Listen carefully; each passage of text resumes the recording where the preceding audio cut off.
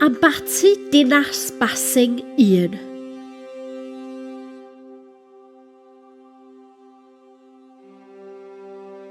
Mi wnaeth Ranulf yr Ail, Iarll Caer, sefydlu Abati'r Santes Fair yn Ninas Basing tua 1131.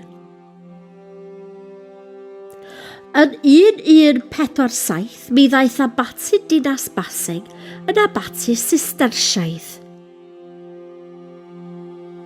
Yn y canol oesoedd, roedd coed o amgylch yr abati a doedd tref yno ddim wedi sefydlu fel tref. Roedd ychydig o fythynod pren, tafarndai, eglwys a chapel wrth y ffynnon. Pan wnaeth Harri'r Wythfed wahanu'r eglwys yn Lloegr oddi wrth Rufain a'r Pab, mi wnaeth o chwalu'r abatai i werthu ei tir. Doedd Abati Dinas Basing ddim yn ddiogel ac yn 1536 mi wnaeth y mynachod adael. Mi gaeth yr adeiladau ei gwerthu a'i dymchwel i stopio'r mynachod rhag ddod yn ôl.